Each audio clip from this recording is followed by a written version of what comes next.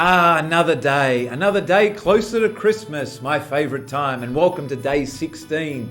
And I hope you've won some cool prizes out there. I had a look in my sack, they actually looked quite good, so well done if you managed to get yesterday's question right, which brings me to it. What is the fastest way to get new sellers onboarded using ARPEDIO? By creating transparency with onboarding and health scores, you're able to onboard so much faster, so it's a win-win. So if you got that right, well done. Now it brings me to today's question, which is, how does ARPEDIO lay the groundwork for AI and AI integration? That's a good question and a hot topic at the moment, I might add. So good luck with the question, and I look forward to seeing you tomorrow.